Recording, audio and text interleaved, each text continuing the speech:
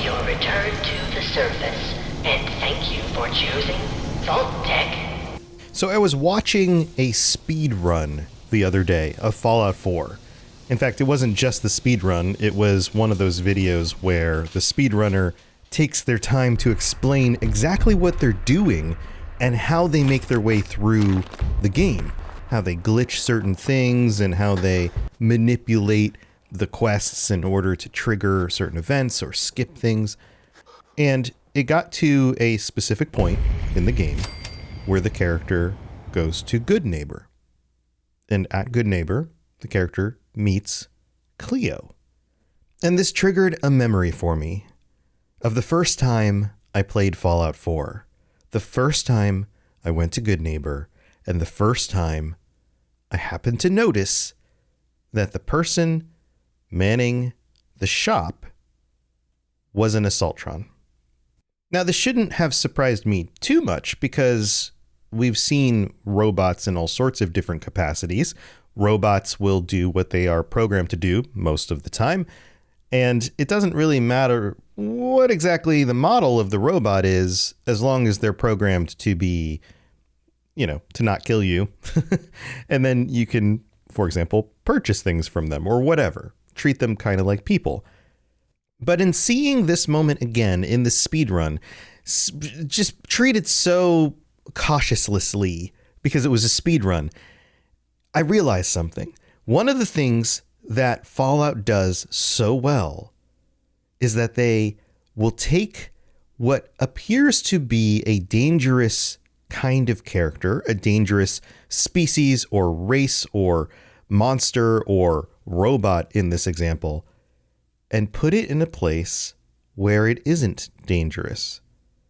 Think about ghouls, for example. How many of us had some sort of experience where we ran into ghouls in one of the games, whichever game you started with, before actually meeting a ghoul that was a person who wasn't going to just chew your head off? It creates that feeling of uncertainty. Is this person safe? Am I in danger? Can I trust them? The same thing can happen with super mutants. Think Strong, for example, or Graham in Fallout 76, who cooks all the meat. These are still dangerous characters, but they aren't dangerous to you. And the same thing can be said about very specific Assaultrons.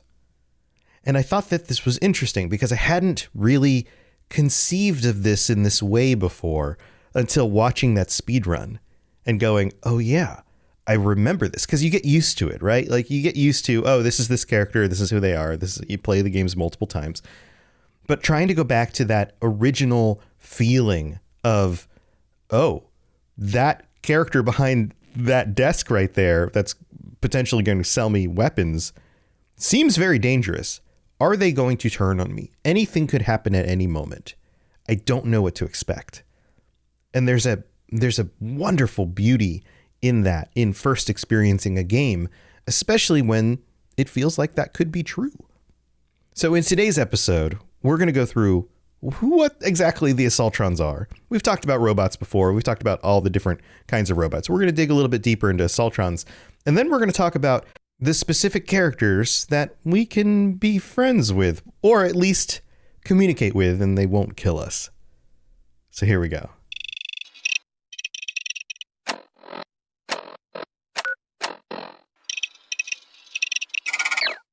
So like so many of the other robots, Assaultrons were made by Robco Industries.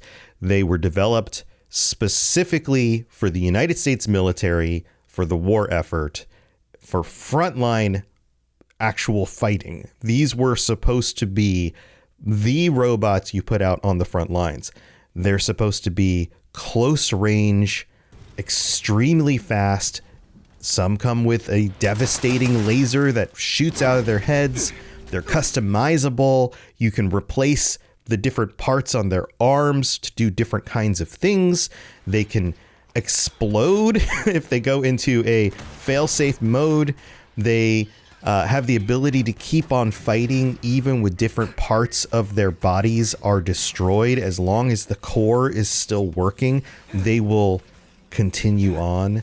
I know we've all experienced taking these on in the games and gone, oh, well, I took out its legs. Oh, God, it's still crawling after me. You know, that kind of thing.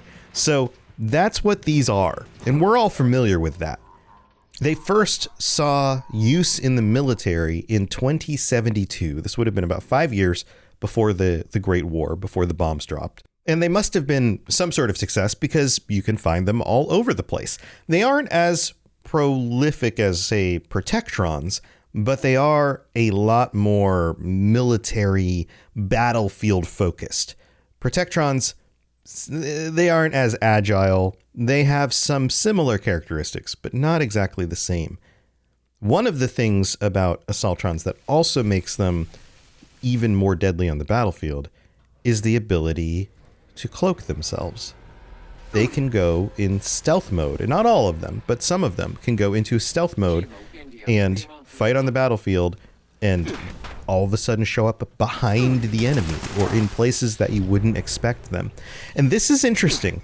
I have a feeling this was designed as a gameplay thing. You're playing through the game, you come across an enemy, oh, this enemy is difficult, you get used to it, you come across another enemy, this enemy's a little bit harder, oh god, this one cloaks, makes it even more difficult. How many of us have had actual kind of skin of our teeth? Is that a phrase? That's a weird phrase. Fights with Assaultrons because of the cloaking and the big laser and the fact that they are so armored. They take a lot to take out, especially when you're a lower level character leveling up through the game. But it's weird, right? Cloaking technology? These were designed by an American company, and they have cloaking technology. We just talked about stealth technology and how that was primarily a Chinese thing, and yet it was used with these robots. Interesting. And that brings up another point. One of the things that's so cool about Assaultrons is the variability of the components. The way they have different components swapped out, their heads, their hands, heck, even from their waist down can be replaced with other parts. And yeah, we saw this in the Mechanist expansion, where you could basically take any of the robots, any of your robot companions, swap the parts in and out, kind of mash them up, make them your own thing. So sure, yeah, obviously people in the Wasteland have been repairing and replacing parts on things like robots or buildings or whatever for a very long time. But it also points to the idea that they were probably designed to do this from the beginning. And because of the different variants that we come across, not all of which were put together by the Mechanist, they probably were like that.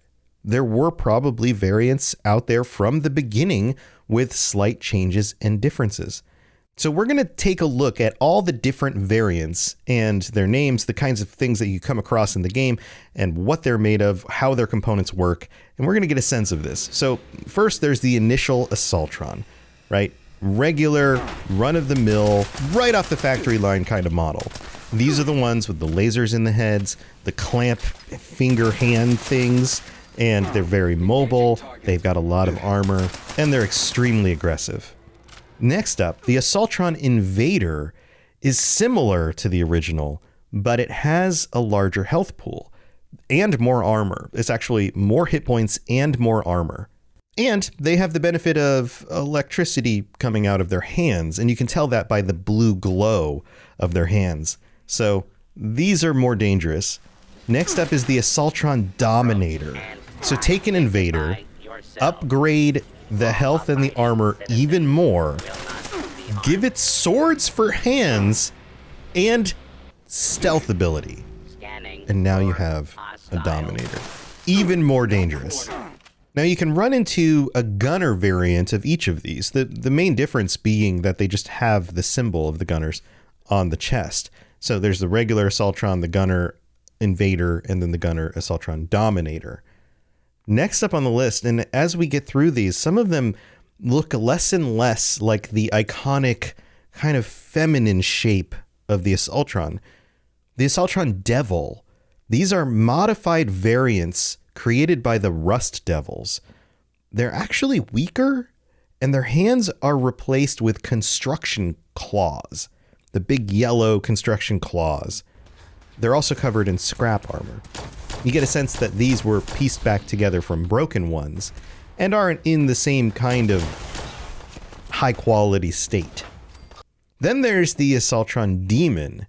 These are very similar in the way they look, same components, they just are a little bit tougher. They've got a little bit more hit points than the Devil. Then there's the Succubus, the Assaultron Succubus. This also by the Rust Devils, and similar again to the others, a little bit more health, a little bit more armor, but they look very different. They've got like a skull mask on. You can see the red dot from the Assaultron laser in the left eye socket. They often have other components grafted to their arms. They look like a mess, but also terrifying at the same time. Next is the Assaultron Hag, another Rust Devil creation, except these are equipped with a shish kebab and a gamma gun, one in each arm. Their health has gone up even more, their armor has gone up even more, and although they look like they've been pieced together, much like the other variants that the Rust Devils have used, the stats on this are very similar to the Dominator, in that they have the same amount of health and the same amount of armor at this level. So by the point at which the Rust Devils have been able to create a Hag, they are now recreating something as equally as effective as the original Assaultrons. There's one more, though, from the Rust Devils, the Gorgon. And, of course, the Gorgon is a Greek mythological creature, I believe. And these have 2 shish kebabs.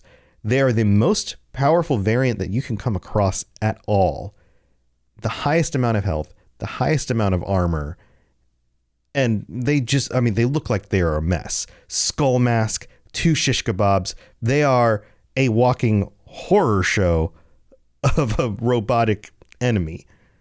If you head into Nuka World, you will come across the Novatron variant. These are very similar to the originals. The original Assaultron, the Invader, and the Dominator, at least those 4, are very similar, except they tend to have a laser beam equipped to one of the hands as opposed to just a regular claw.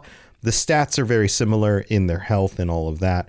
But then as you move up the upgrade route, you end up with the Initiator. The Initiator has an even higher health pool than the Dominator and more armor. Same weapons, same layout, same feminine shape. These Novatrons aren't as pieced together as the Rust Devil versions. Then the strongest of the Novatron Assaultrons is the Eliminator. This has a ton of health, a ton of armor, but you'll find that the Novatrons all have the same weapons, the same loadouts. They all look very similar. They just have upgrades from each other. Now, one of the things that adds to the way that the Assaultrons feel is their voice. The regular Assaultrons are voiced by Colleen Delaney.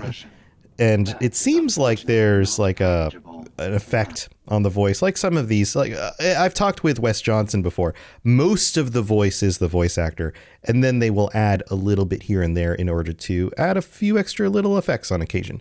Sometimes it's less than you would think it is. The sense here is that Colleen's voice is probably pitch shifted slightly lower, and there's a little bit of a synthetic distortion added on, but for the most part, the performance is her. Now, there's some fun facts about Assaultrons before we get to the individual ones in the second half of the show. First of all, the 2 weapons that you can use from the Automatron, it's the Automatron expansion. I just call it the Mechanist because that's the big baddie in the thing. That's the fun part. I like the Mechanist. The 2 weapons you can salvage are the Assaultron Blade and then the Assaultron Head. Of course, you can carry a head around and equip it for different things. If this is a fun one, if the Assaultron is being attacked by 2 enemies at once and the NPC is targeted, if this sole survivor is too close to the head/laser while the Assaultron is firing, the player character still takes damage. I don't know if you've ever done this, but it's a dangerous thing to do when you have a big mix-up of enemies going on at the same time. Also, at least one known Assaultron prototype was not built by Robco. Possibly was built by General Atomics International, who we've known have partnered together, most notably for the RoboBrain, which is super weird, but yeah, I guess sometimes they work together. This comes from 4N1M4L's test logs. This is a holotape. This is a student at the Commonwealth Institute of Technology, and this is what they write. Prototype, we found this robot locked in one of the secure labs. Looks military, and the limb servos are way beyond what I've been working with. Definitely not Robco. I wonder what kind of mechanical output these things can do. I'm going to set it up on the treadmill and start it off at 30% output, then ramp it to 75 and collect the data. Next, it says, I'm so screwed. I tried to stop the simulation after the servo output reached 50% and the first chain snapped, but I didn't reach it in time and that thing ran straight through the wall. Oh God, I'm going to be in so much trouble. Okay, don't panic. Just put it back in the cart and bring it back to the lab. And oh crap, someone is coming. So either there was a writing goof or there wasn't a writing goof and the student just wasn't educated enough to be able to tell the difference between Robco Tech and some of these other companies, or there's a little bit of detail here about maybe Assaultrons were one of those, I don't know, two companies working together kinds of things or something like that. I don't know.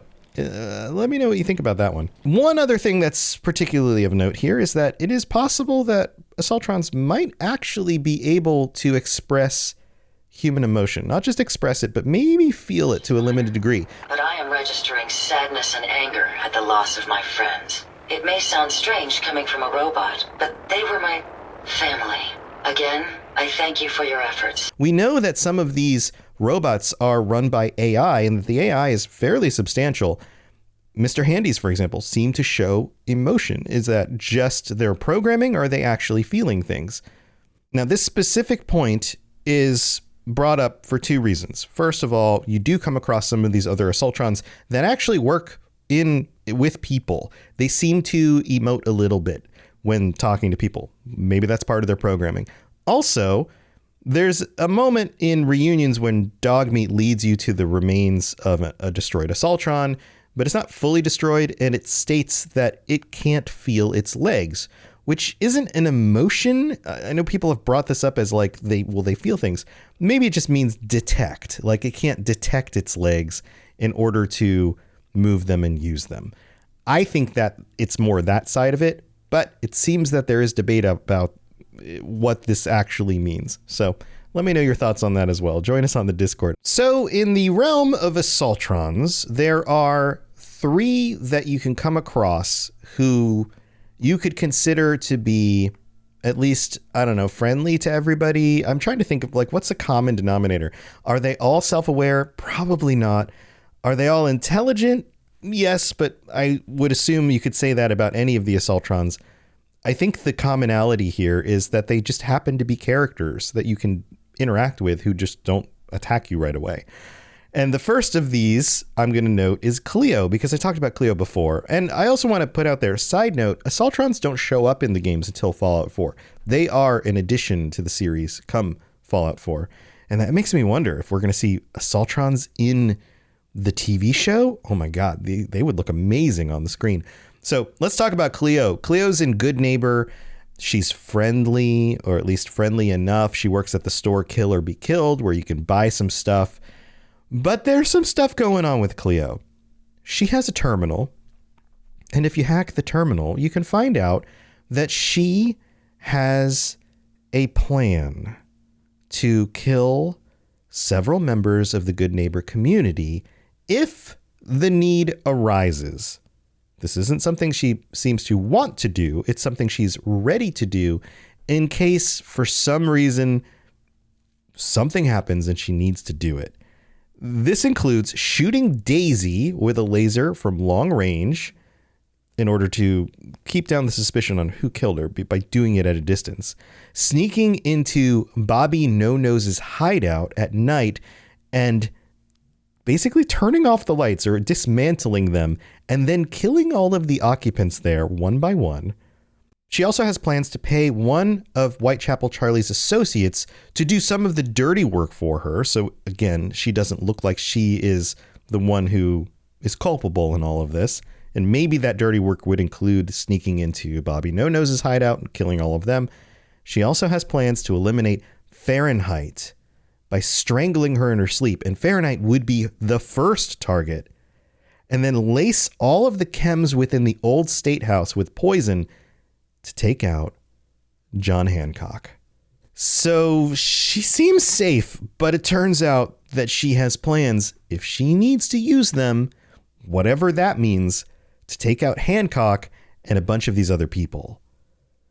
Now, she has calculated, according to the text that you can read about this, that this will be an acceptable loss to her business without too much disruption, based on less people purchasing things. Now, there are some other characters that aren't listed here, one of whom is Magnolia, and we also find out that she actually has some respect for Magnolia because she's a fellow working girl, and Cleo is willing to give her a little bit of a chance before killing her.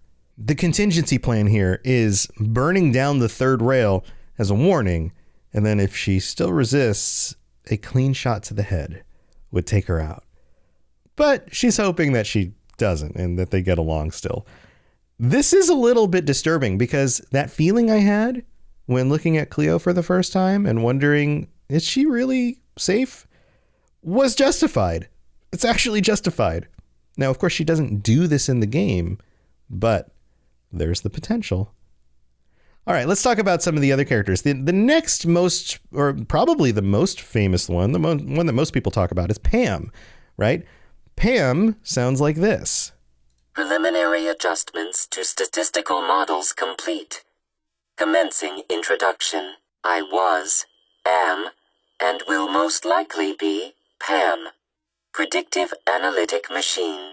Now, Pam shows up as part of the railroad, right? You meet her in the railroad, but she's been around for a long time, or at least the predictive analytic machine program has been around for a long time. From 2067, which is before Assaultrons were put into work in the military. Interesting. That doesn't exactly line up. There's a whole other thing going on here about what this is and how artificial intelligence was designed, how the US was using it to predict future conflict, bombs coming. And we have to go back 200 something years in order to get to the origins of this whole system that they were working on. My questions would be, is this intelligence, is this artificial intelligence, was it always in the body of an Assaultron? If that was the case, was Pam one of the earliest versions of the Assaultron? Or is this just like the current body? Did somebody take the CPU module that had the intelligence in it, the personality, and put it into this body later? Based on the evidence we have, it seems that the railroad discovered her. She was in a dormant state for over 200 years. Right after the bombs hit, she was at the switchboard, which is a secret defense location that didn't get hit by the bombs. And so she was at the switchboard, went dormant, and then was discovered and put back into functioning ability by the railroad. So the assumption here would be she was in the state she was in 200 years ago, which means she was in an Assaultron body. So if she was swapped into an Assaultron body, it would have had to have occurred sometime in the 10 years between when her project was greenlit in 2067 and when the bombs fell 10 years later. Maybe she started out in some other kind of body or computer system and was loaded into the Assaultron body as the war became more and more likely in order to give her some sort of protective, safe body, armor and weapons in order to defend herself. So in that case, the Assaultrons would have been around by then, so that makes sense. Or was she one of the earliest prototypes? We don't really know. Now, of course, she gives you some quests, and she plays into the whole storyline of Fallout 4, so you get to know her because of that. She seems very nice and very helpful, and as far as we know, she doesn't seem to have any plans to eliminate everyone if things go sideways. So that's cool, right? Now there's one more. There are a few other Assaultrons running around in the wasteland that aren't going to kill you. They include Lady Lovelace, who you can kind of power back up. Adam's Wrath, who of course works for the children of Adam and also won't kill you right away unless there's a reason. But then there's Ada. Ada can be a companion. There are 3 companions that are actual robots, and I haven't done an episode about Ada specifically because she doesn't have much of a personality. She's kind of the stand-in for, well, hey, let's give you an Assaultron, and then you can customize it and do with it what you want. Now, she does talk to you. She does have lines of dialogue that she says when you are doing things, right? My friends, they were simple traitors, all dead at the hands of your robots. And she seems to have some feelings, but she's one of only 2 companions, including Dogmeat, who never casts any opinion about your actions. You can do the most terrible things. You can do the nicest things. She doesn't seem to care. She just comes along with you, responds to the situations, fights your enemies, and that's it. Her story plays into the Mechanist story, and she has a few quirks. She can be upgraded on the workbench, right? You can change her parts out and things like that. But she also will not go in a vertibird. She will not be a passenger on a vertibird. And she does have some feelings about things, like lamenting the fact that she doesn't have a vacuum attachment when entering cluttered or dirty rooms. She seems to care about how pristine the room is. She's also a little bit confused by humans. She will remark, if you take off your clothes, people look so strange without their clothes on. Or, running around without clothes on doesn't seem like the smartest thing to do in an environment like this. She has opinions about these kinds of things, but she never judges you on your actions, which is kind of cool in a way. And at least I don't know the voice actor for all of the different Assaultrons. I mentioned Colleen earlier. Ada is voiced by Rachel Robinson and is named after the scientist Ada Lovelace, which is also inspiration for Lady Lovelace's name as well. So 2 different Assaultrons inspired by the same real world person, which is really cool because Ada Lovelace was born in 1815, lived to 1852, worked on Charles Babbage. If you know who Babbage is, he was one of the early mathematicians who worked on the concepts of mechanical computers. She worked on his computer system with him, the analytical engine, and she was the first to realize that the machine had applications beyond just pure calculations. Which brings us back to the question that I had before about the AI of these Assaultrons. Are they feeling? Do they have advanced AI? What is that actually like? What's it like inside their heads? Is there more than just calculation going on?